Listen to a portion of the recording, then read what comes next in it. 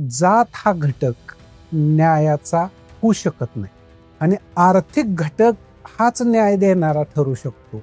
म्हणून आर्थिक निकषावर आधारित आरक्षण हा मुद्दा कालेरकर आयोगातून पुढे आलेला. सोसायटीचा समतल पातळीवरती स्पर्धात्मकरित्या विकास होण्यासाठी 50% आरक्षण असावं, ही भूमिका खुद्द आंबेडकरांनी घेतली होती. जात हे एक मॉडेल आहे मागासपण मोजण्याचं, आणि दुसरं इकॉनॉमिक मागासपण म्हणजे आर्थिक चौकट हे एक दुसरं मॉडेल आहे. या दोन्हीपैकी कोणतं मॉडेल स्वीकारायचं हा खरा भारताचा प्रश्न आहे. खाजगी क्षेत्रात सुद्धा आरक्षण ठेवलं पाहिजे अशी भूमिका अधिकृत त्या आयोगाने घेतलेली आहे. जातनिहाय जनगणना झाली आणि XYZ या दिवशी ती रिलीज झाली. सामाजिक, राजकीय, आर्थिक, सांस्कृतिक काय काय घडू शकेल? पुढचा कालखंड ओबीसींनी घडवलेलं राजकारण, ओबीसींचं जास्त ऍक्टिव्ह पार्टिसिपेशन असणार राजकारण, असा एक पट निर्माण होऊ शकतो.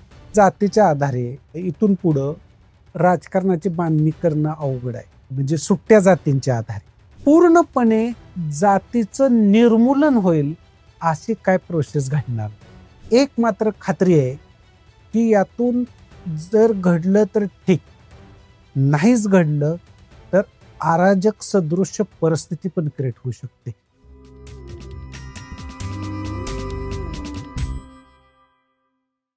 नमस्कार, मी विनायक पाचलक आणि थिंक बँकच्या बिहाइंड द सीन्स मध्ये तुम्हा सगळ्यांचं पुन्हा एकदा अगदी मनापासून स्वागत.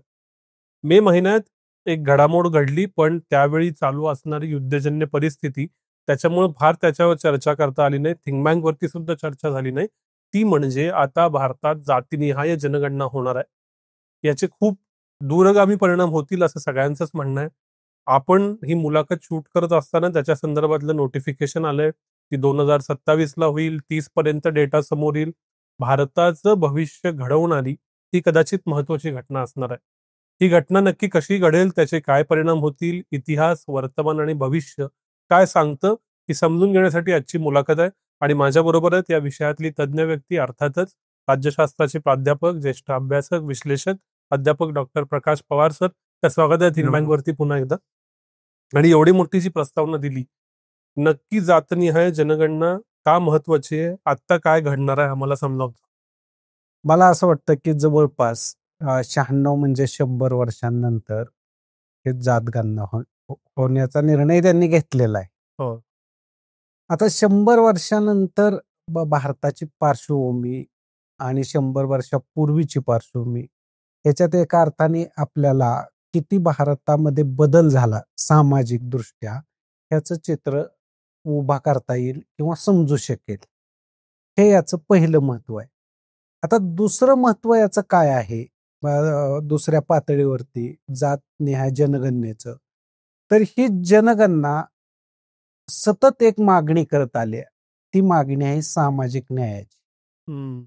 सामाजिक न्याय हा कुठल्या प्रकारचा, तर इंडियन कॉन्स्टिट्यूशनने SC ST यांना न्याय दिलेला आहे. म्हणजे त्यांच्याबद्दलच्या स्पष्ट तरतुदी आहेत. आणि तिथंच मुद्दा इतर मागासवर्गाचा चर्चेला आला होता, की जो चर्चेतला भाग असा होता की त्यांनाही आरक्षण दिलं जावं आणि त्यांचे हे मागासपणावरती उपाययोजना केली जावी. परंतु तेव्हा निर्णय घेतला गेला की इंडियन कॉन्स्टिट्यूशन लागू करू आणि नंतर एक सेपरेट आयोग नेमू आणि त्या आयोग पुढं काय करायचं ते करेल. त्यानुसार कालेरकर आयोग नेमला. परंतु इंडियन कॉन्स्टिट्यूशन ते कालेरकर आयोग या दरम्यान सामाजिक न्याय हा तसाच लोंबकळत राहिला. म्हणजे त्याला कुठलाच निर्णायक उत्तर मिळालं नाही. पण काकासाहेब कालेरकरांनी एक मुद्दा क्रिएट केला आणि तो खरा तर एक मोठा प्रश्न म्हणून आज तागायत राहिलेला आहे. तो कोणता, तर जात हा घटक न्यायाचा होऊ शकत नाही. बर. आणि आर्थिक घटक हाच न्याय देणारा ठरू शकतो. म्हणून आर्थिक निकषावर आधारित आरक्षण हा मुद्दा कालेरकर आयोगातून पुढे आलेला आहे. आणि त्या आयोगाच्या पासून नंतर त्या मुद्द्यावरती आधारित पुन्हा काही काळ ते पेंडिंग प्रकरण राहिलं. आता त्या काळाचं वर्णन अनेक लोक वेगवेगळं करतात. त्यातलं एक वर्णन असं आहे की मुळात ओबीसी समाजालाच जाणीव नव्हती. परंतु साधारणपणे काकासाहेब कालेलकर आयोग पार्लमेंटमध्ये आल्यानंतर त्याच्यावरती जरी डिबेट झाला नसला, चर्चा झाली नसली, तरी लोहियांनी आणि कर्पुरी ठाकूरांनी हा मुद्दा खूप आक्रमकपणे मांडला. म्हणजे ती आक्रमकता किती होती, तर पिछडे पावे 100 में 60 म्हणजे मागास लोक 100त 60 आहेत. म्हणजे याचा अर्थ ते बहुमतात आहेत. म्हणून त्यांच्यासाठी धोरण असलं पाहिजे आणि त्यांच्यासाठी म्हणजे त्यांनी पार्लमेंटचं राजकारण पण ताब्यात घेतलं पाहिजे. अशा दोन्ही अर्थाने political social justice, economic social justice आणि ओबीसी म्हणून कास्टची सुद्धा सोशल जस्टिस असं त्याला रूप 62-63 आलं होतं. बर, मी 60च्या दशकातच ते आलं होतं आणि ते इतकं आक्रमक होतं की बिहारमध्ये, उत्तर प्रदेशामध्ये आणि त्याचे समर्थक लोक प्रत्येक घटक राज्यामध्ये होते. या सगळ्या पार्श्वभूमीवरती सामाजिक न्याय झुंजत होता. राजकारणाशी, पार्लमेंटशी, पार्लमेंटच्या निर्णयाशी आणि तो इतक्या वर्षांनंतर पुन्हा 1989ला लागू केला मंडल आयोगाच्या रूपाने. परंतु तिथूनही पुढे त्याचा प्रवास सुरूच राहिला या झुंज देण्याचा. तो झुंज देण्याचा प्रवास कोणत्या अर्थाने, आरक्षण किती ठेवावं, आरक्षणाची तर मर्यादा इंदिरा साहनी जो निकाल दिला त्याच्यानुसार 50% आखलेली होती. याच्या पुढं वाढवता येत नव्हती. म्हणून तिथून पुढचं सुद्धा एक प्रवास सुरू होता की ती सीमारेषा वाढवा किंवा कोण लोक मागास आहेत ठरवा आणि जे ऍक्च्युली मागास आहेत त्यांनाच न्याय द्या. आणि त्याबद्दलचा हा पहिला निर्णय आहे की जात गणनेनुसार म्हणजे जातीची गणना करायची आणि ती जातीची गणना म्हणजे फक्त जातीची नाही, आता जात आणि इकॉनॉमी असं ते केलं तर ह्या न्यायाची झुंज ज्याला म्हणतायत किंवा न्यायाचा संग्राम चालू आहे त्याला उत्तर मिळेल. नुसती जातीची गणना केली तर त्यातून काय हाती लागणार. पण मुळात जातनिहाय जनगणना करणं म्हणजे जातीचं आपल्या समाजातलं महत्व वाढवणं नाहीये का? आपण असं म्हणतो की अॅनिलेशन ऑफ कास्ट, जात हा समाजाला मागं खेचणारा घटक आहे असं म्हणणं एका बाजूला, आणि जातीवरच सगळं व्हीम म्हणून तुमची जात महत्वाची असा पॉलिटिकल मेसेज एका बाजूला, असं काहीतरी घडत नाही का? मला असं वाटतं की याचे दोन वेगवेगळे मॉडेल आहेत. पहिलं एक आहे की जातीनुसार जनगणना केली तर जाती अस्मिता टोकदार होतील, जाती जाती एकमेकांना स्पर्धक समजतील आणि त्याच्यामुळे जातनिहाय जनगणना नको हा पॅटर्न 1952 पासूनच क्रिएट झालाय. म्हणजे पहिल्या जनगणनेच्या वेळेसच त्याच्यावरती बंदी घातली गेली, म्हणजे भारत स्वतंत्र झाल्यानंतरच्या, तेव्हाच हा पॅटर्न उदयाला आला होता. परंतु हा पॅटर्न उदयाला आल्यानंतर काही प्रश्न असे उपस्थित झाले की न्याय देण्याचा पहिला निकष कोणता. तर न्याय देण्याचा पहिला निकष मी सांगितलं तसा मंडल आयोग, काकासाहेब कालेलकर आयोगच्या म्हणण्याप्रमाणे आर्थिक निकष आहे आणि सामाजिक घटकांचं आणि डॉक्टर बाबासाहेब आंबेडकरांसह महात्मा फुलेंसह सर्वांचं असं मत येतं की न्याय देण्याचा निकष म्हणजे लोक मागास आहेत, प्रगत आहेत हे मोजण्याचा निकष जात या घटकापासूनच सुरू होतो. त्याच्यामुळं जात हे एक मॉडेल आहे मागासपण मोजण्याचं आणि दुसरं इकॉनॉमिक मागासपण म्हणजे आर्थिक चौकट हे एक दुसरं मॉडेल आहे. या दोन्हीपैकी कोणतं मॉडेल स्वीकारायचं हा खरा भारताचा प्रश्न आहे. आणि भारतामध्ये जे मागास आहेत त्यांचं असं म्हणणं आहे की जात हा घटक स्वीकारावा, जे प्रगत आहेत त्यांचं असं म्हणणं आहे की प्रगती ज्यांची ज्यांची झालेली आहे ती तपासू आणि त्यांना आरक्षणातून बाहेर काढू. अशा दोन्ही अर्थाने ते एकमेकांच्या विरोधातला डिबेट आहे. परंतु यापैकी एक मुद्दा स्वीकारायचा आहे आणि त्याच्या भोवती संपूर्ण गुंता हे जातीवाद निर्माण होईल किंवा जातीय अस्मिता वाढतील किंवा जातीय द्वेष वाढेल असा एक आहे. आणि दुसऱ्या बाजूने असा आहे की हे होणारच आहे, त्याला काय पर्याय नाही. तो भाग सहन करून आपण या समूहाला न्याय दिला पाहिजे. या सगळ्यात एक ऑब्झर्वेशन असं होतं जे मला समजून घ्यायचं आहे की 1931 साली जेव्हा जातनिहाय जनगणना झाली तेव्हा ट्रेंड असा होता की लोक आपल्यापेक्षा एक वरची जात सांगायचे आणि तो त्यांना मार्ग होता आपापल्या सोशल जस्टिस मिळवायचा. आता असं म्हणतात की जे सर्वे होत आहे किंवा काही राज्यांनी ज्या जातनिहाय जनगणना म्हणता येणार नाही कारण तो केंद्र करतं, जातनिहाय सर्वे केलेत त्याच्यात लोक खालची जात सांगतात जेणेकरून अधिकाधिक लाभ मिळावे. तर हा जो सायकोलॉजिकल चेंज आहे हा कशाचा द्योतक आहे आणि असा जर का झाला असेल तर पुढे काय होणार? मला असं वाटतं की ती एक फेज होती. तुम्ही सांगताय ते 1931 ची. ती अशी होती की आपण ब्राह्मण झालो तर आपला स्टेटस वाढतो. आपण क्षत्रिय झालो तरी आपला स्टेटस वाढतो. म्हणून जे लोक क्षत्रिय नव्हती त्यांनी क्षत्रिय जाती लावायला सुरुवात केली आणि क्षत्रिय नावाने अधिवेशन पण त्यांनी भरवली त्या काळात. आणि त्यांनी सर्व हा पॅटर्न राबवला. याला म्हणजे सांस्कृतिकरण असा शब्दप्रयोग एम.एन. श्रीनिवास यांनी वापरलेला आहे. म्हणजे सांस्कृतिक दृष्ट्या वरच्या स्टेटसचा वरच्या दर्जाचा दावा करणे. आणि आत्ताची जी प्रोसेस आहे सांस्कृतिक उन्नयनापेक्षा सांस्कृतिक दृष्ट्या मुद्दा बाजूला ठेवून आर्थिक मुद्द्यावरती भर द्यायचा आणि आर्थिक मुद्द्यासाठी डिकास्ट होण्याची प्रोसेस सुरू झालेली आहे. डिकास्ट म्हणजे खालच्या जातीचा किंवा ज्या जातीला आरक्षण मिळतं त्या जातीचा दावा करण्याचा. म्हणून उदाहरण दाखल पंजाबराव देशमुख आपल्याकडे विदर्भामध्ये लोकांना सांगत होते की तुम्ही कुणबी जात लावा. तेव्हा पश्चिम महाराष्ट्रातून मराठवाड्यातून त्यांना विरोध झाला आणि या भागातल्या लोकांनी कुणबी ही जात लावली नाही.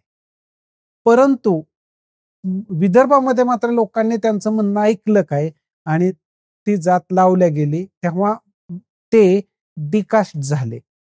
म्हणजे कनिष्ठ जातीचा किंवा सामाजिक दर्जा ज्यांचा कनिष्ठ मानला जातो अशांचा दावा करतायत असा शिक्का त्यांच्यावरती पण होता. पण आता यातून मुद्दा क्रिएट होतो तो असा आहे, हे डिकास्ट होणं म्हणजे काय आहे तर ही सगळी प्रोसेस महात्मा फुलेंमधून आलेली. कारण महात्मा फुलेच कुणबी नावाचा दावा करतात आणि कुणबी नावाचा दावा करून सुद्धा क्षत्रियत्वाला वेगळा आकार देतात. म्हणजे ते क्षत्रिय म्हणत नाहीत, क्षत्रज म्हणजे क्षेत्रामध्ये राहणारे या अर्थाने ते फिरवाफिरवी करतात. आणि ती जी प्रोसेस आहे ती सगळी आत्ता व्हायला लागलेली आहे. आणि ही प्रोसेस पुन्हा इकॉनॉमिक अंगाने म्हणजे हितसंबंधाच्या बाजूची आहे की काय तेव्हा पूर्णपणे जाती व्यवस्था सोडून द्या, पूर्णपणे वर्ण व्यवस्था सोडून द्या अशी नाही. सर मुळात हे सगळं जर का संधी आणि सामाजिक न्यायासाठी असेल तर प्रायव्हेट सेक्टर ज्यावेळी आता खूप डॉमिनेटिंग झालेलं आहे तिथं तर मला माहित नाही लावता येईल का नाही जाती न्याय आरक्षण. अशा वेळेला इकॉनॉमीची बाजू जास्त स्ट्रॉंग होत नाही का? प्रायव्हेट सेक्टरमध्ये तुम्ही आलात, शहरात तुम्ही आलात तर तुम्ही अधिकाधिक डिकास्ट होता आणि तुमच्या क्षमतेनुसार तुम्हाला संधी मिळते. सगळे दलित स्कॉलर चंद्रभान प्रसादांसारखे ती बाजू मांडतात.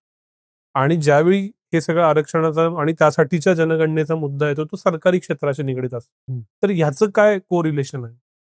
मला असं वाटतं की जेव्हा अटल बिहारी वाजपेयींनी एक आयोग नेमला होता म्हणजे घटनेचं पुनरावलोकन करण्यासाठी, त्यांनी जो रिपोर्ट दिलेला आहे त्या रिपोर्टमध्ये त्यांनी म्हटलेलं आहे की SC ST आणि इतर ज्यांना आरक्षण दिलं जातं ते प्रॉपर भरलं आहे का, त्यांना खरंच न्याय मिळाला आहे का हे पाहण्यासाठी एक सेपरेट उच्च न्यायालय जसं असतं किंवा त्याचा जो दर्जा आहे तसं एक यंत्रणा उभी करा. आणि जर तुम्ही सरकारी म्हणजे संस्था किंवा सरकारी गोष्टी खाजगीत ट्रान्सफर करत असाल तर त्या खाजगी व्यवस्थेत सुद्धा या आरक्षणाच्या तरतुदी करा आणि ते नीट भरतायत की नाही हे देखील पहा.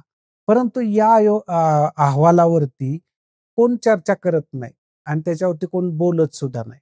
परंतु एकूण मात्र मुद्दा असा आहे की खाजगी क्षेत्रात सुद्धा आरक्षण ठेवलं पाहिजे अशी भूमिका अधिकृत त्या आयोगाने घेतलेली आहे. अधिक त्यावेळेस अर्जुन सिंग मनुष्यबळ मंत्री होते, त्यांनी पण घेतलेली होती. म्हणजे मला सांगायचा मुद्दा असा आहे की ह्याच्यावर विश्वास नाही की आपण अर्बनाइज झालो किंवा आपण शहरात आलो किंवा आपण एका कार्यक्षम पद्धतीनं का आपल्या कार्यक्षमता व्यक्त करू लागलो तर न्याय मिळतोच असं नाही. त्यांचं असं मत आहे की एक व्यवस्था आहे आणि ती व्यवस्था तुमच्या सामाजिक दर्जानुसार वेगवेगळा न्याय देते. त्याच्यामुळे आरक्षण नावाची गोष्ट असली पाहिजे असा मुद्दा मांडला गेला होता. सर, कदाचित हे शहरात राहिल्यामुळं असेल किंवा मागासपणाचा अनुभव न घेतल्यामुळं असेल, खाजगी क्षेत्रातही आरक्षण येणार म्हणल्यानंतर खूप जणांना भीती वाटते आणि याचं जेन्युइन कारण काही जण असं म्हणतात की मेरिटोक्रेसी असावी, तिथं परफॉर्मन्सची लिंक्ड इन्सेंटिव्ह असतात, मिनिमम गॅरंटी काही नसती. तर आत्ता जेव्हा तंत्रज्ञान AI वेगानं येतंय त्यावेळी खाजगी क्षेत्रात आरक्षण आलं समजा जातीनिहाय जनगणनेनंतर, तर नक्की काय घडेल अशा शंका मनात येतात. मला असं वाटतं की आता फार मोठा म्हणजे ज्याला म्हणतात ना कार्यक्षमतेतला फरक होईल असं दिसत नाही. याचं कारण पहिलं तुम्हाला सांगतो. साधारणपणे SC आपण ज्याला म्हणतो अनुसूचित जाती, या वर्गामध्ये कार्यक्षमता विकसित केलेला वर्ग खूप मोठा आहे आणि महाराष्ट्राचंच उदाहरण द्यायचं झालं तर महाराष्ट्रामध्ये इंटेलेक्च्युअल वर्ग कोण यातलं एक उत्तर आहे अनुसूचित जातीतला एक वर्ग इंटेलेक्च्युअल. आता दुसरा मुद्दा ह्याच्या व्यतिरिक्त जे आरक्षणामधून मोठी फोर्स आत येणार आहे तो आहे ओबीसी. हा ओबीसी वर्ग गेल्या 75 वर्षामध्ये IT मध्ये गेलेला आहे आणि ITचं शिक्षण पण त्याचं झालेलं आहे. तो मेडिकलमध्ये पण गेलेला आहे आणि त्याने स्वतःची एक कार्यक्षमता कॅपॅबिलिटीज सिद्ध केलेले. किंबहुना आत्ताचं म्हणजे जे टेक्नॉलॉजीचं जग आहे ह्या जगामध्ये त्याचा होल्ड खूप मोठा आहे. म्हणजे भारतामध्ये हा वर्ग आरक्षणानुसार तिथे येऊन बसला तरी त्या काय मूळ प्रश्नाला म्हणजे तिथली गुणवत्ता कमी होईल, त्या ठिकाणी काहीतरी फार मोठ्या प्रमाणावरती संस्था अडचणीत येतील असं होण्याची मला शक्यता कमी वाटते. हा मुद्दा फक्त मला असं वाटतं की भीतीतून क्रिएट झालेला आहे. परंतु गुणवत्ता नावाची गोष्ट हे समूह जेव्हा प्रगतीसाठी झुंजत होते, सामना देत होते, संघर्ष करत होते तेव्हा त्यांनी त्यांच्या गुणवत्ता सिद्ध केलेल्या आहेत. सर, दुसरा एक प्रश्न समोर येतो की जातनिहाय जनगणनेच्या वेळेची मूळ मागणी ही जितनी आबादी उतना हक अशा दिशेनं जाणारी होती.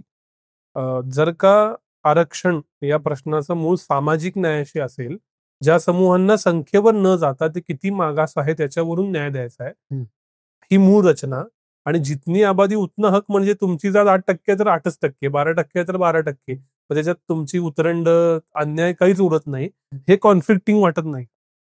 मला असं वाटतं की हे विधान राम मनोहर लोहिया यांचं होतं आणि राम मनोहर लोहिया ते पार्लमेंटच्या म्हणजे वेस्टमिनिस्टर मॉडेलला कनेक्ट करत होते. म्हणजे बहुमत, अल्पमत. परंतु मला असं अलीकडच्या काळामध्ये दिसतं की या पद्धतीने काय घटना घडणार नाही. म्हणजे जरी जातगणना झाली तरी याच्यामध्ये बदल मोठे करावे लागतील. याचं मी तुम्हाला एक उदाहरण सांगतो. उदाहरणार्थ आपण सगळी जातीची जनगणना केली तर ती फक्त जातीची होणार नाही, ती अर्बन आणि रुरलची पण होणार आहे आणि याच्यामुळं एकूण मतदारसंघ पण बदलणार आहे. म्हणजे एक जुने जसे मतदारसंघ होते तसे मतदारसंघ राहणार नाहीत. म्हणजे पॉलिटिकल तुम्ही जो मुद्दा उपस्थित करताय ते उत्तर अजून एक वेगळं मिळणार आहे. म्हणजे सोशल जस्टिस मधली पॉलिटिकल जस्टिस म्हणजे मतदानाचा हक्क, निवडणुकीला उभं राहण्याचा हक्क, निवडून येण्याचा हक्क, प्रतिनिधित्व करण्याचा हक्क, डिसिजन मेकिंग मध्ये पार्टिसिपेशन करण्याचा हक्क, या सगळ्या प्रोसेसमध्ये ही जी जनगणना होणार आहे याचे इफेक्ट होणार आहेत. म्हणजे कसे इफेक्ट होणार आहेत? उदाहरणादाखल यांनी मतदारसंघ कसे रचना करायची ठरवली, तर त्याला काहीतरी आकडा येणार आहे. म्हणजे एका लोकसभा मतदारसंघात किती संख्या असावी, एका विधानसभा मतदारसंघात किती संख्या असावी, आणि जर लोकसंख्या आपल्या देशामध्ये ग्रामीण भागातून येऊन शहरी भागात बसलेली आहे, तर शहरी भागातले मतदारसंघ वाढणार. ह्याचा अर्थ काय सगळे मतदारसंघ शहरी होतील असं नाही. साधारणपणे पाठीमागं मोजले तेव्हा भारताच्या लोकसभेचे जे मतदारसंघ आहेत त्यातले 100 ते 125 मतदारसंघ शहरी पूर्ण असं म्हणतात. आणि दुसरा एक निकष लावला जातो की 20% अर्बनायझेशन झालेले मतदारसंघ किती, तर ते साधारणपणे 278 होते. पण आता एवढ्यात पुन्हा मोजमाप त्याचं झालं तर पुन्हा जवळपास 76 मतदारसंघ पूर्णपणे कमी झाले. त्यातले कमी झाले म्हणजे पूर्ण शहरी मतदारसंघ 76 वाढले. जर हे प्रमाण वाढीचं राहिलेलं आहे आणि एकूण भारताची लोकसंख्या अर्बनाइज सतत होत आहे, तर राजकारणाचा पॅटर्न शहरी होणार. मतदारसंघ शहरी नाही झाला तर त्याचं पर्सेंटेज शहरी मतदारांचं 10%, 20%, 30% असं निम शहरी होत राहणार किंवा निम शहरापेक्षा जास्त वाढत राहणार. मग इथं पॉलिटिकल न्याय देत असताना असं गृहीत धरा की मतदारसंघ कोणाचे कमी होणार आहेत, तर साधारणपणे पहिल्या निकषाप्रमाणे ग्रामीण कमी होणार, दुसऱ्या निकषाप्रमाणे उत्तरेकडचे वाढणार, दक्षिणेकडचे कमी होणार, तिसरा मुद्दा क्रिएट होणार तो म्हणजे आदिवासी मतदारसंघामध्ये शहरीकरणातील लोकसंख्या जाणार. त्याच्यामुळं आदिवासी माणूस प्रतिनिधी हा केवळ आदिवासींचं प्रतिनिधित्व करू शकणार नाही, तर त्याला शहरी भागाचं किंवा इतर लोकसंख्येचंही प्रतिनिधित्व करावं लागणार. तोच मुद्दा अनुसूचित जातींचा पण असणार. ते केवळ अनुसूचित जातींचं म्हणजे ग्रामीणचं प्रतिनिधित्व करू शकणार नाहीत किंवा शहरीचं प्रतिनिधित्व करू शकणार नाहीत. त्यांना कंबाईन प्रतिनिधित्वाचं मॉडेल येईल. म्हणजे याचा अर्थ असा होतो की जी जनगणना होणार आहे ती केवळ जातीचा मुद्दा घडेल असं नाही. जात सोडून हे शहरी एक प्रकरण आहे आणि ग्रामीण आहे. या दोन्हींमध्ये ताणतणाव तरी क्रिएट होईल किंवा लोकशाहीच्या पद्धतीने एकमेकांशी जुळवून तरी घ्यावं लागेल. असे एकूण मतदारसंघांची रचना पण क्रिएट होईल आणि एकूण राजकारणाचा पट या अर्थाने बदलेल. सर, सोपा प्रश्न विचारतो, कॉम्प्लेक्स विषय म्हणून. जातनिहाय जनगणना झाली आणि XYZ या दिवशी ती रिलीज झाली. कोणी म्हणते 2030ला, कोणी म्हणते 31, होणार का नाही त्याच्याबद्दलही शंका. सामाजिक, राजकीय, आर्थिक, सांस्कृतिक काय काय घडू शकेल? मला असं वाटतं की पहिला आत्मविश्वास ओबीसींना खूप येईल आणि तो एवढा आत्मविश्वास असेल की राज्याचं राजकारण, जिल्ह्याचं राजकारण, शहराचं म्हणजे अर्बनाइज महानगरपालिकांचं वगैरे, आणि याच्या जोडीला केंद्राचं राजकारण, याच्यावरती ते क्लेम दावा हा फार मोठा सांगते. हा पॉलिटिकल फार मोठा सिनॅरिओज बदलण्याचा भाग आहे. आणि मला दुसरा एक मुद्दा वाटतो की हे केवळ अचानकपणे घडेल असं नाही. हे प्रोसेसनं घडतच आलेलं आहे. तुम्ही जर नीट पाहिलं तर उत्तर प्रदेशातले मुख्यमंत्री, मध्य प्रदेशातले मुख्यमंत्री, त्याच्यानंतर गुजरातमधले मुख्यमंत्री पाठीमागच्या एक 20-25 वर्षामध्ये त्यांचा वर्चस्व नाही म्हटलं तरी एक प्रभाव होता आणि तो प्रभाव इतका परिणाम करत होता की ते राजकारण सर्व त्यांनी हातात घेतलेलं होतं. आणि या सगळ्या पटावर ते आधारित जेव्हा ते भारतीय राजकारणाचं विश्व पाहतील तेव्हा पुढचा कालखंड ओबीसींनी घडवलेलं राजकारण, ओबीसींचं जास्त ऍक्टिव्ह पार्टिसिपेशन असणारं राजकारण, असा एक पट निर्माण होऊ शकतो. आता राहिला दुसरा मुद्दा, तुम्ही म्हणाला तो इकॉनॉमिकली काय होईल, तर इकॉनॉमिकली संसाधनांचं वाटप करण्याचा मात्र तीव्र वाद होऊ शकतो. कारण उत्पादनात म्हणजे संसाधनांचं वाटप हे जमिनीच्या पातळीवरचं पण आहे, पाण्याच्या पातळीवरचं पण आहे आणि पाणी आणि जमिनीच्या बरोबर नोकरी आणि एकूण खाजगी क्षेत्रातली नोकरी, म्हणजे असं जर तुम्ही पट पाहिला तर या सगळ्या क्षेत्रामध्ये निर्णय घेताना राज्य संस्थेला आणि राज्यात जे प्रतिनिधित्व करतील, म्हणजे ओबीसींनी प्रतिनिधित्व केलं तर त्यांच्या पुढे या इकॉनॉमिक संसाधनांचं वाटप कसं करायचं याच्याबद्दलचा क्रायसिस खूप मोठा असणार आहे. आणि त्या क्रायसिस मधून एकूण भारताला पुढे वाटचाल करावी लागेल. तिसरं तुम्ही प्रश्न विचारला की हे सांस्कृतिक काय होणार आहे, तर कल्चरली मला असं वाटतं की फार मोठं बदल होणार नाही. कारण कल्चरमध्ये काय झालेलं आहे भारताच्या, साधारणपणे वर खाली जरी तुम्ही गेला तरी एकूण ओबीसींनी साहित्य लिहिलेलंच आहे याच्या याआधी. नंतर दुसरा मुद्दा आहे की त्यांचा साहित्याचा कल हा एकूण हिंदू साहित्याकडे पण आहे. त्याच्यामुळे हिंदू चौकटीतल्या कथा, हिंदू चौकटीतल्या कादंबऱ्या, एकूण हिंदू विश्व याची ते फार मोडतोड करणार नाही. या चौकटीमध्ये त्यांचं राजकारण घडेल. फक्त मुद्दा काय क्रिएट होईल की विकासाची कल्पना जी आत्ता आहे ती बदलण्याची शक्यता आहे.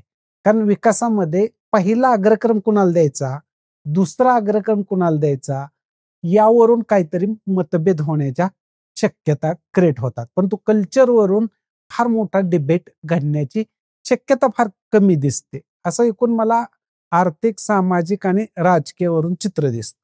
सर, मंडल आयोगानंतर जात समूहांच्या अस्मिता तयार झाल्या असं मानलं जातं. अभ्यासक सांगतात तुमच्यासारखे की ओबीसींचं झालं, मग मंडल विरुद्ध कमंडल झालं, त्याला धर्म आला. बहुजन समाज पक्षासारख्या वेगवेगळ्या जात समूहांना एकत्र आणणारे राजकीय फोर्सेस तयार झाले. त्यावेळी त्या उदाहरणार्थ ओबीसी या कॅटेगरीतल्या प्रत्येक जातीची ताकद माहीत नव्हती. आता महाराष्ट्रातच ग्राउंडवरती आपण छुप्यानं पण ही चर्चा करतो की दोन जातीत खूप वाद होतात आणि महाराष्ट्र असा जाती जातींमध्ये अडकलेला आहे. आता ज्यावेळी आपल्या जात समूहाची ताकद कळेल, आपल्या जातीची ताकद कळेल जात समूहामधल्या, तेव्हाच काय हा भाग आहे. आणि भाग 2, एखाद्या जातीनंच आजवरच्या सामाजिक न्यायाच्या प्रक्रियेचा जास्त लाभ घेतलाय असं कळलं किंवा असा समज झाला तर काय? मला असं वाटतं की आतापर्यंतची गणित अशी आहेत की गृहीतकांवरती डिपेंड आहेत. म्हणजे उदाहरणार्थ अनुसूचित जातींमध्ये एका जातीचं भरती झाली आणि इतरांना संधी मिळाली नाही, हे एक मिथक आहे. दुसरं एक मिथक काय आहे की ओबीसी जातींमध्ये ज्या जातींची लोकसंख्या जास्त आहे, म्हणजे उदाहरणार्थ माळी, धनगर, वंजारी, त्यांनाच राजकारणामध्ये स्थान मिळालेलं आहे, परंतु त्यातल्या छोट्या जातींना मिळालेलं नाही. हे देखील एक गृहीतकच आहे, हे प्रूव्ह झालेले नाही. हे जे मुद्दे आहेत हे जात मोजल्यानंतर प्रत्यक्ष दिसणार नाहीत, कारण ते सरकारच्या हातात असणार आहे. सरकारने तो डेटा जाहीर केला तर ती पुढची प्रोसेस घडेल. सरकारने त्याच्या ऐवजी फक्त त्यांच्या गरजेप्रमाणे त्यांची पॉलिसी राबवण्याप्रमाणे तेवढाच गोपनीय ठेवला तर मला वाटतं की हे मुद्दे वादाचे उपस्थित होणार नाहीत, असा एक मुद्दा आहे. आणि राहिला दुसरा भाग, अनेक जाती आहेत. किती जाती आहेत तर भारतामध्ये आत्ताच्याच ह्याच्यानुसार की प्रचंड मोठा आकडा आहे आणि पुढं काय येईल माहित नाही. पण समजा इतके लोकांनी जाती नोंदवल्या तर त्या प्रत्येकाला पार्लमेंटमध्ये स्थान देता येणार नाही, त्या प्रत्येकालाच नोकरी देता येणार नाही. मग तुम्हाला काय करावं लागेल तर त्यांच्या स्थानाप्रमाणे, त्यांच्या अपेक्षेप्रमाणे त्यांना वेगवेगळ्या ठिकाणी सहभागी करून घ्यावं लागणार आहे. आणि हे अल्टरनेटिव्ह मॉडेल डेव्हलप करण्यासाठी सरकारलाच या जनगणना अहवालाचा उपयोग होणार आहे.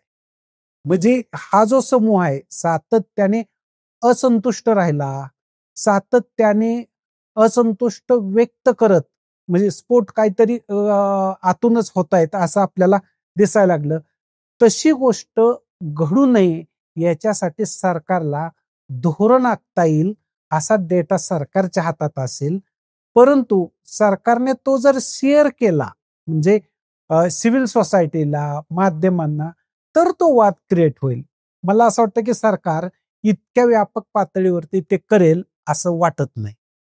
सर, मध्यंतरी रोहिणी आयोगाची खूप चर्चा होती की सब क्लासिफिकेशन ऑफ जात समूह होईल, की ओबीसी आरक्षणाचा जो विषय आहे त्याचे 4 उपगट केले जातील. तर हे जे होणार आहे की हा उपगट तो उपगट यातनं नव्या जात समूहांची बांधणी आणि नव्यानं पॉलिटिकल सोशल बांधणी होणार का, आणि हा असा आयोग इम्प्लिमेंट होईल का? मला असं वाटतं की जातीच्या आधारे इथून पुढं राजकारणाची बांधणी करणं अवघड आहे, म्हणजे सुट्ट्या जातींच्या आधारे.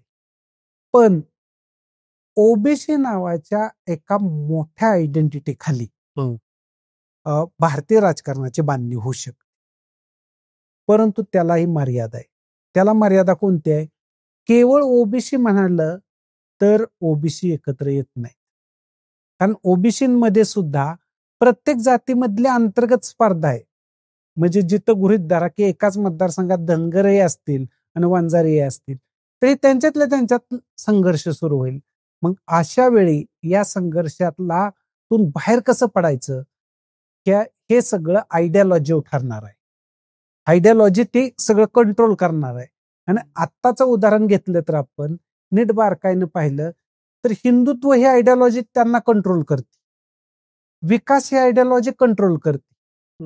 म्हणजे याचा अर्थ असा होतो की ओबीसी नावाची एक मोठ्यात मोठी आयडेंटिटी क्रिएट झाली तरी सुद्धा ती फायनल पॉलिटिक्स करू शकत नाही. तिला दुसऱ्या आयडियोलॉजीची मदत घ्यावी लागते. म्हणजे हिंदुत्व असेल, विकास असेल, किंवा अजून कुठली बहुजन नावाची आयडेंटिटी असेल.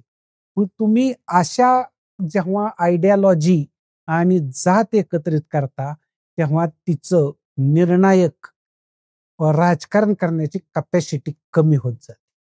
आणि ती जी कमी कॅपॅसिटी होते त्यातून जातीय तणाव कमी कमी व्हायलाच मदत होते. मला असं वाटत नाही की ते जातीय तणाव इतके टोकदार राहतील. किंवा एक अशी तरी भूमिका घेतली जाईल की विकास नावाचे एक अम्ब्रेला आहे, हिंदुत्व नावाचे एक अम्ब्रेला आहे, बहुजन नावाचे एक अम्ब्रेला आहे, आणि त्या अम्ब्रेलाच्या अंतर्गत जाती आपल्या आपल्या न्यायाच्या कल्पना शोधत राहतील.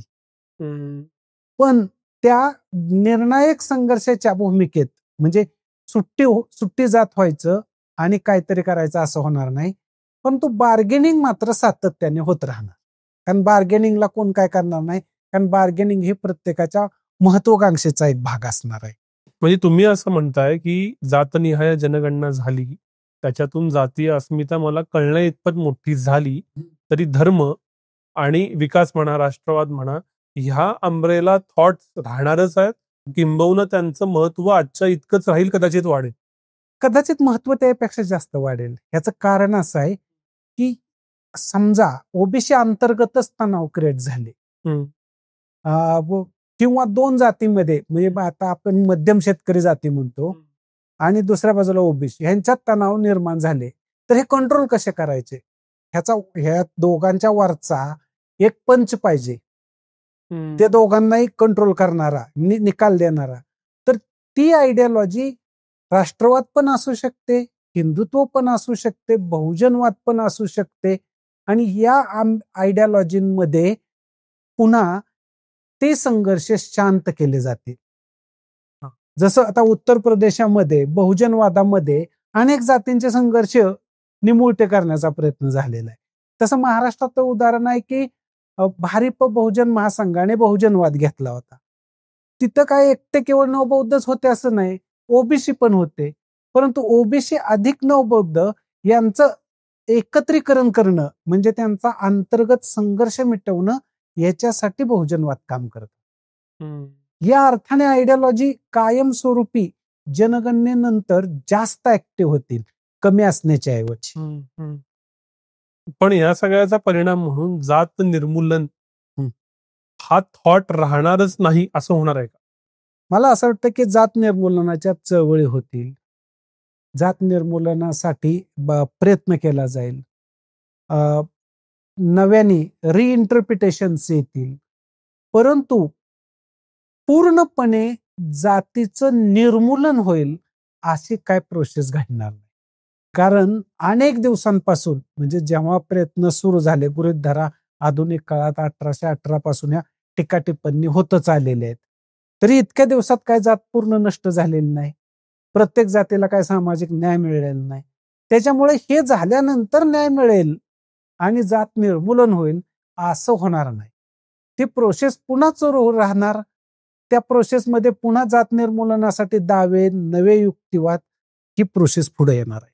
जसं तुम्ही म्हणालात मुलाखतीच्या काही मिनिटांपूर्वी आता, की याची एक भीती आहे आणि ती विशिष्ट समूहाला, ज्याला ओपन कॅटेगरी असं म्हणता येईल, की 50% होतं, मग 10% EWS आलं, मग 40% उरले, मग कसं होणार आपलं. आणि या नव्यानं होणाऱ्या फेर मांडणीत अधिक सामाजिक न्याय देण्यासाठी ओपन असणाऱ्या जातसमूहांना आपले काही जागा, आपले काही हक्क, आपले काही अधिकार सोडावे लागतील. तर या समूहानं, ज्याला रूढार्थानं ओपन कॅटेगरी असं म्हणतात, त्यानं या सगळ्या प्रोसेसकडे कसं बघावं? मला असं वाटतं की एक तर म्हणजे मी जसं म्हणलो ग, राज्यघटना पुनर्वलोकन समिती होती, त्यांनी पण तिथं म्हटलं होतं की जी ओपन कॅटेगरी आहे त्यांना एक 14% त्यांनी 14% आसपासचा काहीतरी आकडा दिला, आता मला परफेक्ट माहित नाही, पण त्या दरम्यानचा आकडा आहे तो, ते त्यांच्यासाठी असावा. आता दुसरा मुद्दा आहे की डॉक्टर बाबासाहेब आंबेडकरांचा, की सोसायटीचा समतल पातळीवरती स्पर्धात्मकरित्या विकास होण्यासाठी 50%चं आरक्षण असावं, 50%पेक्षा जास्त नसावं. ही भूमिका खुद्द आंबेडकरांनी घेतली होती. ही भूमिका कमी जास्त फरकाने राज्यघटना पुनरावलोकन समितीने घेतलेली होती. त्याच्यामुळे जरी लोकांच्या मनामध्ये ह्याच्याबद्दल भीती असली, तरी प्रत्यक्ष जे घटनेचे तज्ज्ञ म्हटले जातात आणि ज्याला प्रत्यक्ष त्याच्यावरती प्रक्रिया करतात, त्यांच्या लक्षात ही गोष्ट आहे की एका खुल्या स्पर्धेला आपल्याला वाव द्यावा लागेल आणि तो फार कमी करून चालणार नाही. त्याच्यामुळे जरी हा 50%चा बॅन काही प्रमाणात उठला, तरी त्यात प्रत्येक राज्यात समान नसेल. प्रत्येक राज्याची लोकसंख्या आणि तिथली व्यवस्था बघून त्याच्यामध्ये फेरबदल होण्याची शक्यता आहे. असं काहीसं झालंय का, की हा पॅन्डोराच बॉक्स आहे, उघडल्यावर काय निघेल ते माहित नाही, पण करावं तर लागणार आहे, म्हणून जितकं टाळता येईल तेवढं टाळलं. आता आज ज्या म्हणजे नोटिफिकेशन जे आले त्याच्यानुसार ते कदाचित 29च्या निवडणुकीच्या आधी होणारच नाही. मग त्याचे परिणाम 29 साली जे काही येऊन जे कुठलं सरकार येईल त्यानं भोगावेत. मग ते अधिकाधिक पुढे ढकलावं, कधी पुढच्या 31ला होईल, 100 वर्षांना माहित नाही. असं काहीतरी घडलंय का? करायचं तर आहे, काय होईल माहित नाही, ढकलता येईल तितकं पुढे ढकल. मला असं वाटतं की फक्त काय या सरकार पुढचा हा प्रश्न नाही, हे 1952 पासून आपल्या पुढे प्रश्न आहे आणि आपण सतत याला पुढं पुढं ढकलत आलेलो आहे. आणि यातल्या एक मात्र खात्री आहे की यातून जर घडलं तर ठीक, नाहीच घडलं तर अराजक सदृश्य परिस्थिती पण क्रिएट होऊ शकते. कारण हे जातींचं प्रकरण म्हणजे फक्त स्वतःच्या जातीपुरता विचार करण्यासारखा आहे.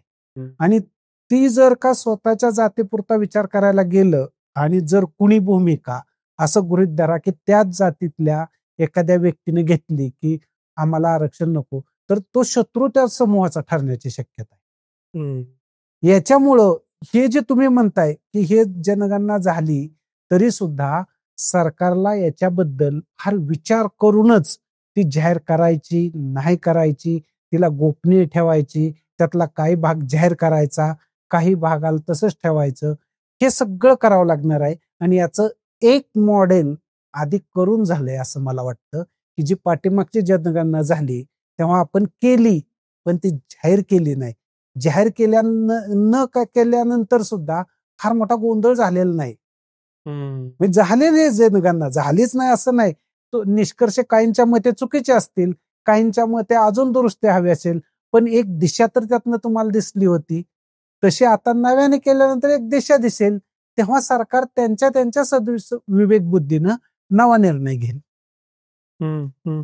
पण या सगळ्यात पुन्हा एक प्रश्न असा येतो की वेगानं घटणाऱ्या रोजगाराच्या संधी, म्हणजे हाताला काम आणि कामाला दाम, त्याच्यात AI आलं, टेक्नॉलॉजी आलं, ह्युमनॉइड रोबोट्स आले, सगळं आले. तर हे ज्या गतीनं घडतंय आणि जेव्हा केव्हा ही जनगणना येईल तेव्हा वेगळंच काहीतरी असेल का, की आरक्षण मागायचं तर हाताला काम तरी असेल का, हा एक प्रश्न भेडसावत राहतो. मग या सगळ्या एक्सरसाइजचा तसा यूज काय? मला असं वाटतं की AI आल्यानंतर फार मोठा बदलच होणार आहे, ही सुद्धा एक कल्पना आहे. म्हणजे आता तुम्ही चांगल्या चांगल्या IT-तल्या लोकांना विचारलं तर हे सकृत दर्शनी म्हटलं जातंय की तुमचा रोजगार सगळा निघून जाणार. परंतु काय सांगता येतं असं की या टेक्नॉलॉजीचा वापर झाल्यानंतर उत्पन्नाचं नवं एक क्षेत्र ओपन होण्याची शक्यता आहे. म्हणजे उदाहरणार्थ जेव्हा हे मोठे ट्रॅक्टर आले, JCB आले, पण तेव्हा लोक काय म्हणायचे, 10 लोकांचं काम गेलं, 20 लोकांचं काम गेलं, एका गावाचं काम गेलं. परंतु हे गेलं हे खरं आहे. परंतु त्याच वेळेस तेवढ्या लोकांना वेगवेगळ्या क्षेत्रात नोकऱ्या सुद्धा कामाच्या संधी मिळल्या. आज साधं एक आपण उदाहरण घेऊया की वाहनांची संख्या किती आहे, त्या प्रत्येक वाहनावरती एक ड्रायव्हर लागतो. तो एक ड्रायव्हर म्हणजे त्याला कामाची संधीच मिळली. जसं त्या मावशतुने जंगलातला पाला-पाचोळा गोळा करा आणि त्याच्यावरती प्रक्रिया काय करायचं ते करा आणि नंतर त्यांना पैसे द्या, म्हणजे त्यांचा उदरनिर्वाह चालेल. या पद्धतीनं काहीतरी एक नवा मार्ग निघणार आहे, की जो मार्ग असा असण्याची शक्यता आहे की जरी आर्टिफिशियल इंटेलिजन्स आलं तरी त्याची क्वालिटी, त्यातून निर्माण होणारी माहिती ही खरी आहे का खोटी आहे याचाही शोध घेणाऱ्या यंत्रणा क्रिएट होणार आहेत. याच्यासाठी माणसं लागणार आहेत आणि त्याचं विश्लेषण करणारी नवी टीम लागणार आहे. म्हणजे फायनली सांगायचं झालं तर किती जरी आपण IT-चा त्याच्यानंतर आर्टिफिशियल इंटेलिजन्सचा यूज केला तरी माणसांना ते काम करावं लागणार आहे आणि माणसंच तिथं आपल्या बुद्धीचा वापर करणार आहे. किंवा डॉक्टरांचं उदाहरण घ्या, तुम्ही किती वापर केला तरी डॉक्टर फिजिकली तपासणार पेशंटला आणि त्या माणसाचा आजार मानसिक दृष्ट्या कमी होणार आहे. हे आर्टिफिशियल इंटेलिजन्सच्या उत्तरातून होणार नाही. याच्यामुळे अशी काही क्षेत्र असतील की ती बरोबर आपलं अस्तित्व टिकवतील किंवा त्याला पेस क्रिएट करतील. अजून एक प्रश्न डेटामुळे असा येतो, शेवटचा प्रश्न आधीचा, की याची नोंदणी नीट होईल का नाही. गेली अख्खी जनगणना नोंदणी नीट झाली नाही, याला वेगवेगळे शाब्दिक मुलामी देऊन रिलीज झाली नाही. आता जरी काय टेक्नॉलॉजी असली, टॅबवरती होणार आहे, तरी आपल्याकडे जातींची नावं वेगवेगळी आहेत, एक एक शब्दांचा फरक आहे. धनगड आणि धनगर वरून वाद झालेला होता. असंख्य पोट जाती आहेत, पोटच्या पोट जाती आहेत. खरंच हे घडल्यानंतर एवढा मोठा एक्सरसाइज आपल्याला रिअलिस्टिक चित्र मिळेल का? मला असं वाटतं की सूक्ष्म चित्र फार सूक्ष्म कधीही मिळेल नाही आजपर्यंत, परंतु एक दिशा दर्शवणारं चित्र मिळतं.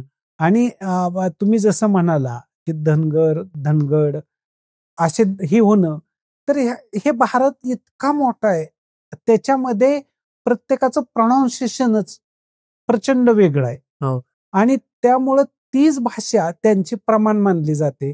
यातून असे गुंते क्रिएटच होणार आहेत आणि ते ह्याच्या आधी झाले होते, पुढेही होणार आहेत. त्याला घाबरून जाण्यासारखं मला काय वाटत नाही. कारण का तर अशा प्रश्नात मुळात जनगणनेचा उपयोग केला जाईल असं वाटत नाही.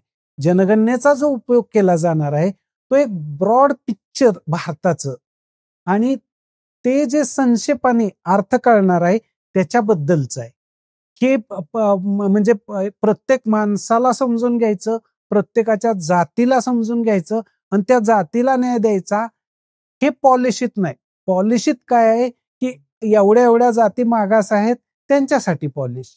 मग त्याच्यात अनेक जाती येऊ शकतात. त्यामुळे एकाच जातीनं मी अमुक आहे का तमुक आहे हा त्याचा वेगळा दावा होऊ शकतो. तो तिथल्या तिथं कोर्टामध्ये चालतच राहणार आहे.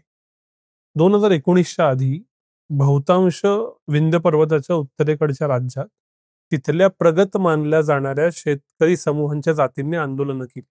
महाराष्ट्रात झालं, गुजरातीत झालं, हरियाणात झालं आणि त्याचा राजकीय परिणाम होईल असं झालं. हा एक भाग. अशा आंदोलनांची दिशा, गती बदलेल का?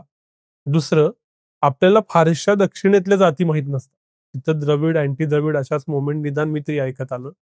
तर या उत्तर दक्षिण जातींची प्रकरणं कशी आहेत, तुमच्या अभ्यासात कशी दिसतात आणि ती अशी राज्यवार किंवा उत्तर दक्षिणवार वेगळी इव्हॉल्व्ह होतील? मला असं वाटतं की जी आता ह्यातून एक मोठी आयडेंटिटी क्रिएट होणार आहे ती ओबीसी. ह्याच्याबद्दल आपण एकच उदाहरण घेतलं, तामिळनाडूचं. तामिळनाडूचं राजकारण आता आर्य अनार्य, हिंदी अहिंदी, इंग्रजी बाजू घेणं ह्यात विभागलेलं आहे. पण यांना का ओबीसी म्हणून आयडेंटिटी एकदाच आली तर तामिळनाडूचं राजकारण इतकं बदलेल की ज्या पद्धतीनं राजकारण आता चालतंय तसं चालणार नाही. ते राजकारण ओबीसीच्या पद्धतीने घडेल. तेव्हा उत्तर प्रदेशातले ओबीसी आणि तामिळनाडूतले ओबीसी हे एकमेकांच्या पातळीवरती समझोते पण करू शकतात. आणि हे समझोते पॉवरचे समझोते असू शकतात, हे समझोते इकॉनॉमिक समझोते असू शकतात किंवा पार्लमेंटमध्ये एखाद्या धोरणाच्या पाठीशी ताकद वापरण्यासाठीचे असू शकतात. हा नवा सेन्स क्रिएट होणार आहे. त्याच्यामुळं नर्मदेच्या खालचं आणि नर्मदेच्या वरचं ही गोष्ट विड्रॉ पण होण्याची एक शक्यता आहे. शेवटचा प्रश्न, ही घडायला 7-8 वर्ष आहेत, पण हा निर्णय घेतला याच्या मागणी करणारा आत्ता विरोधी पक्षात आहे, आधी नाही म्हणून आत्ता हो म्हणणारा सत्ताधारी पक्षात आहे. हे घडेपर्यंतच्या राजकारणात हा डिसिजन झालाय की जातनिहाय जनगणना होणार आणि होतीये. याचे फायदे तोटे आत्ताच्या नजीकच्या कालावधीत कुणाला कसे होते? मला असं वाटतं की प्रश्न असे असतात, ते काळामध्ये उपस्थित होतात. जसं की तुम्ही सांगितल्याप्रमाणे हा ओबीसीचा प्रश्न काँग्रेसचे राहुल गांधींनी खूप उपस्थित केला आत्ता इतक्यात, परंतु हा 11 पासून उपस्थित होतोय. त्याच्या आधी काय काय वेळा उपस्थित झाला होता. मध्ये गोपीनाथ मुंडे, छगन भुजबळ यांनी बरेचसे संयुक्त पार्टीच्या पलीकडे जाऊन प्रयत्न केलेले होते. पण त्याचा तातडीनं लीडरला किंवा पार्टीला फायदा होतो असं नाही. तुम्ही त्या निवडणुकीमध्ये त्या मुद्द्याचा प्रचार कसा करता, तो मुद्दा कॅप्चर कसा करतात त्या म्हणजे प्रचार सभेमध्ये, आणि तो मुद्दा कॅप्चर केल्यानंतर ते मतदानात रूपांतरित म्हणजे वोट बँकेत रूपांतरित कसं होतं, हा सगळा मुद्दा निवडणुका लागण्याच्या आधी 2 महिने किंवा निवडणुकीच्या प्रचारामधला असतो. त्याचं आधीच गृहीतक आपण बांधणं की ह्याचा फायदा काँग्रेसला होईल, याचा फायदा बीजेपीला होईल असा निष्कर्ष आता काढता येत नाही. कारण बऱ्याचदा तुम्ही पाहता की असं दिसतं की आधी एक वेगळी सिच्युएशन असते आणि बरोबर तेवढ्याच प्रचाराच्या दरम्यान नवीन ट्रेंड क्रिएट होतो. नवीन ट्रेंड क्रिएट होतो म्हणजे काय होतं, तर त्यांना मतदारांना कन्व्हे करता येतं. मतदारांपर्यंत नेता जातो, पार्टी जाते आणि त्यांना समजून सांगते, किंवा एकतर त्या समूहातले उमेदवार दिले जातात आणि ते उमेदवार त्या त्वेषाने लढतात, तेव्हा तो ट्रेंड क्रिएट होतो. तर खूप खूप आभार. या कॉम्प्लेक्स विषयावरती सविस्तर समजून घेता आलं. माझ्यासारख्याचं आकलन ज्याला काहीच नाही अशालाही समजेल अशा सोप्या भाषेत हे सगळं सांगितलं. तशा घटना घडतील तशा परत बोलू, पण आधीच थांबूया. धन्यवाद.